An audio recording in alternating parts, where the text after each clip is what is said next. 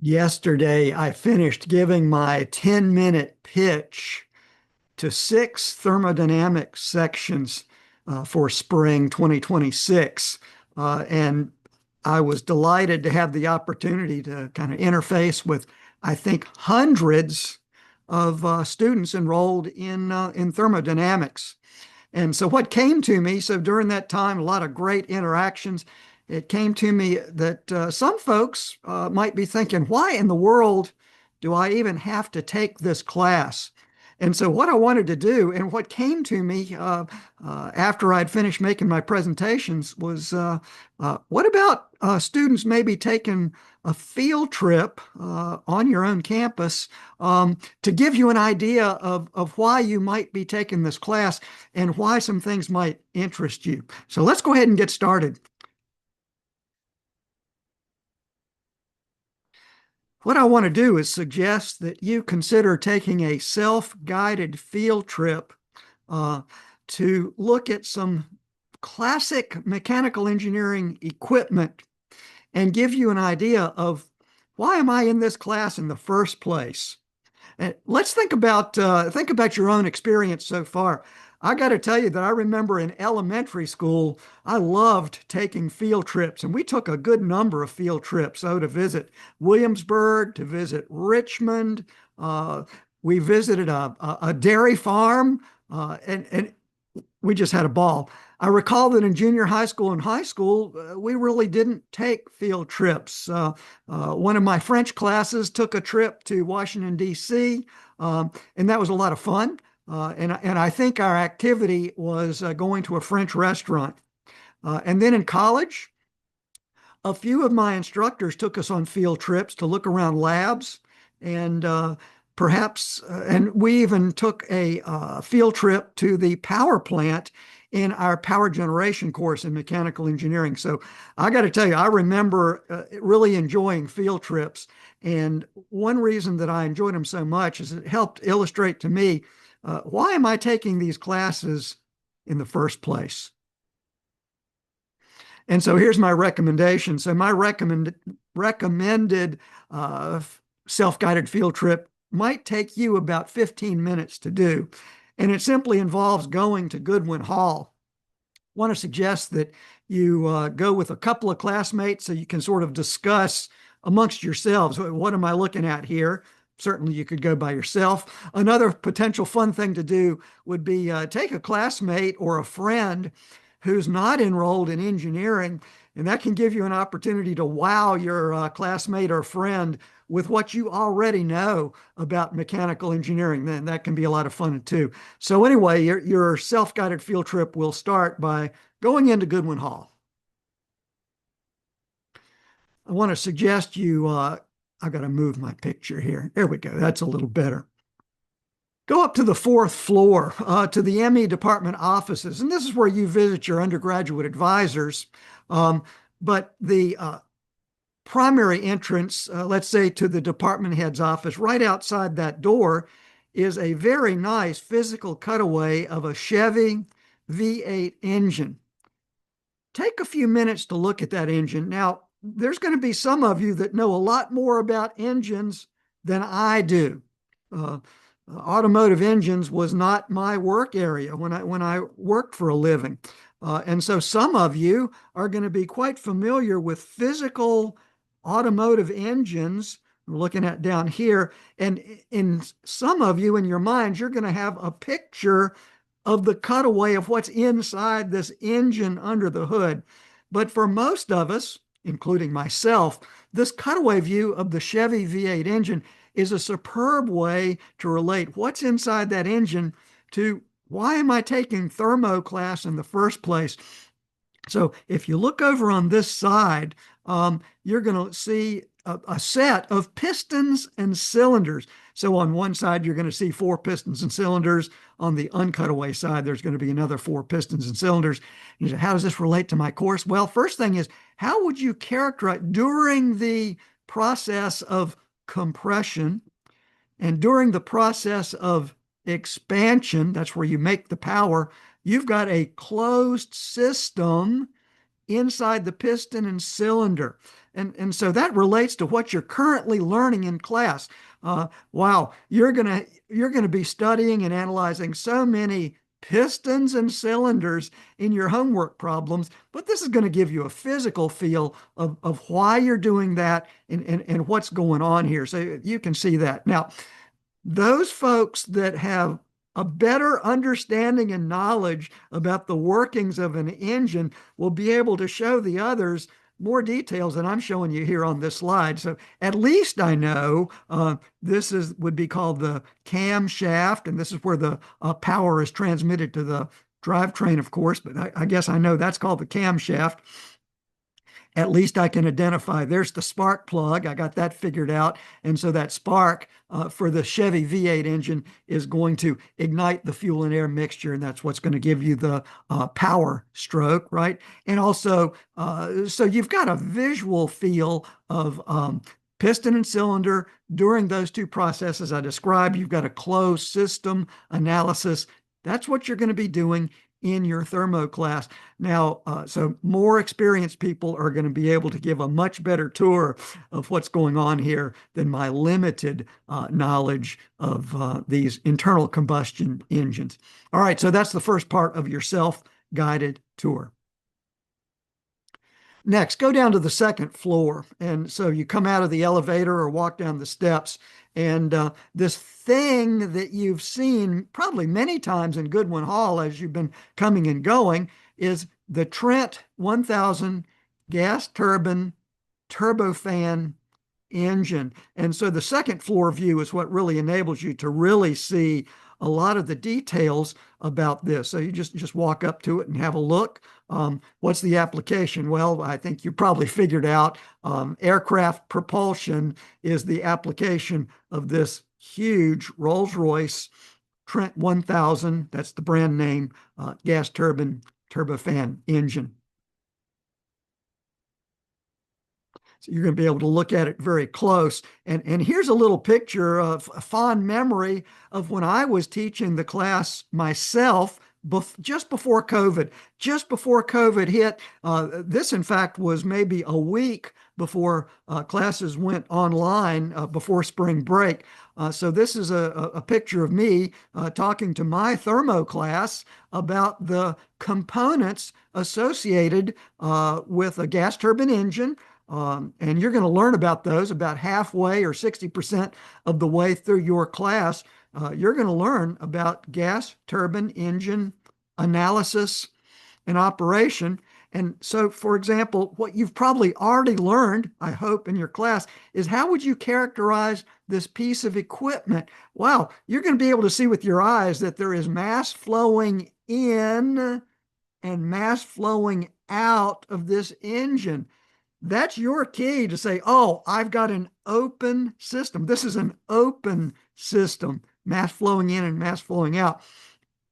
Also, you study on it enough, you're going to be able to see that basically it's a gas turbine cycle operation. It's operating continuously in a steady manner. That'll be the way you analyze it in your class. Steady operation, let's say steady, constant velocity flight through the air. And that's going to give you a physical feel, another feel for why am I in this class and why am I studying open systems? Again, some of you might be interested in propulsion and gas turbine engines. You may already have a burning interest in working on this engine as a career.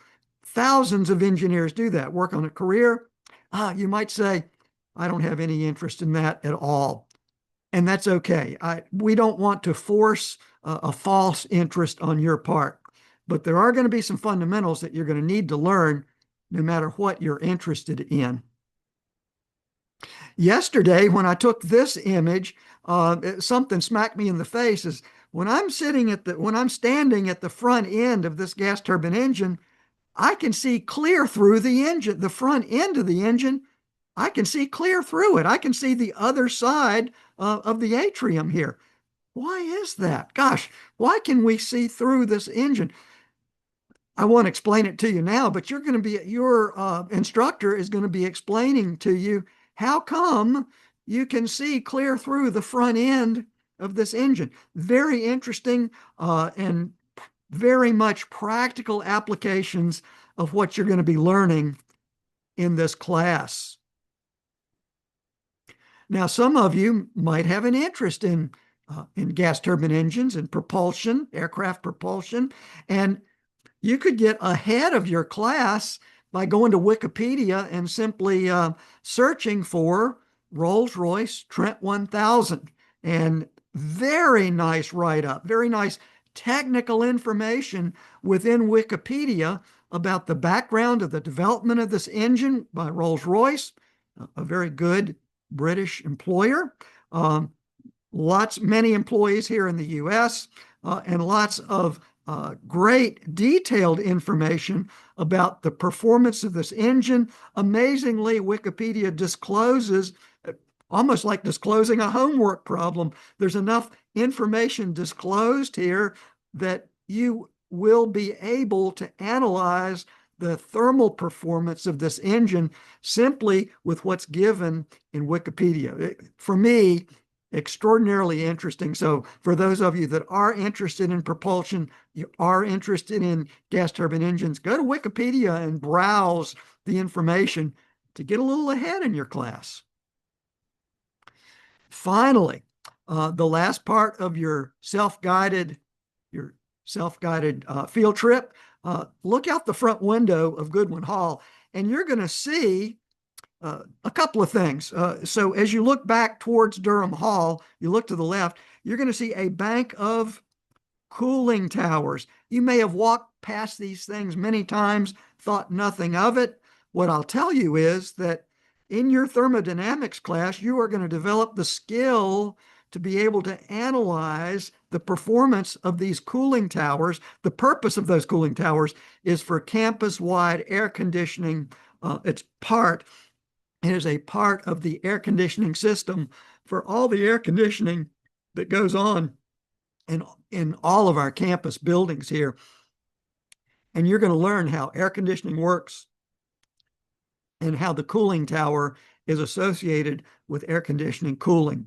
And then a little beyond those cooling towers, you just see a big red brick building with the exhaust stack, and that's the Virginia Tech power plant.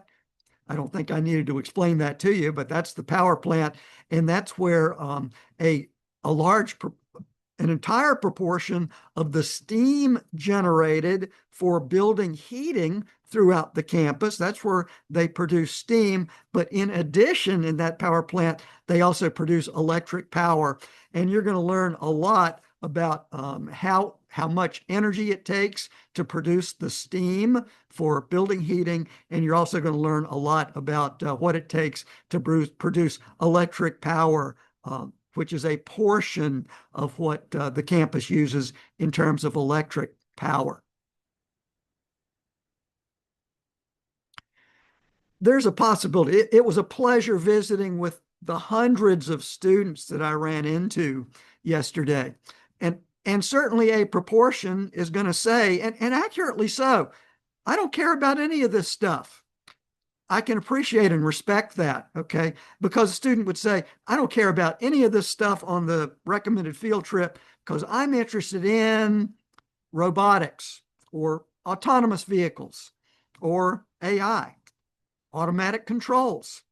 I'm interested in acoustics or structural vibrations. I'm interested in structural design, okay? And on and on and on. But you've enrolled in mechanical engineering and you've come to the right place. So all of those bullet items are addressed in our mechanical engineering fundamentals and the classes that you will elect to take. So it's terrific. And you say, so why was I assigned? Why do I have to take thermo? My answer is that no matter what you've selected, no matter what you're interested in ME, you're going to be involved in some way with conservation of mass, conservation of energy, and understanding what energy and energy transformation is all about, no matter what you're interested in. And finally, you're going to be able to answer, is a proposed good idea possible, or can I show that that's impossible? I can't tell you how many times in my working life I've had to analyze some great ideas. Some non-engineers have proposed some great ideas.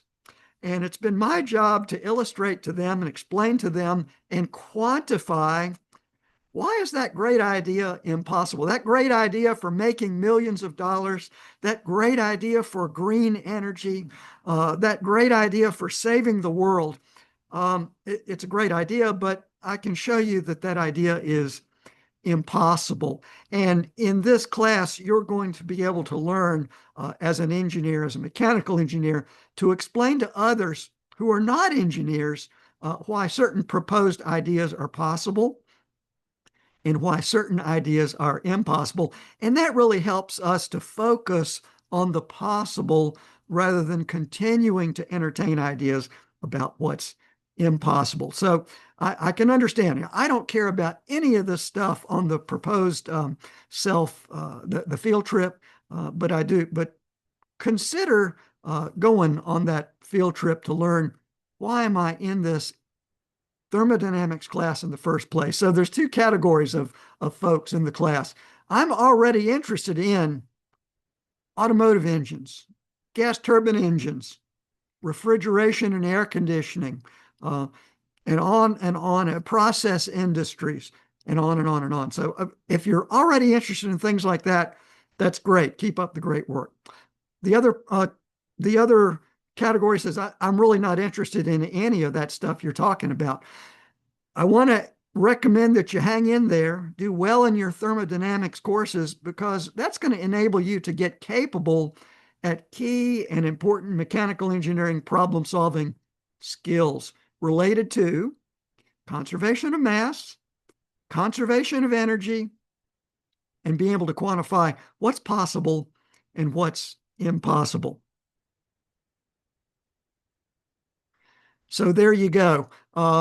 Consider taking 15 minutes, go to Goodwin Hall, look around a little bit to those three categories of things I suggested you do to get a better understanding of why in the world you're assigned to take this difficult class in the first place. So I hope you have good luck in the class, and good luck in performance, good luck in getting a good grade, as you folks pointed out, and also training yourselves how to be a good practicing engineer where you're able to quantify and solve problems.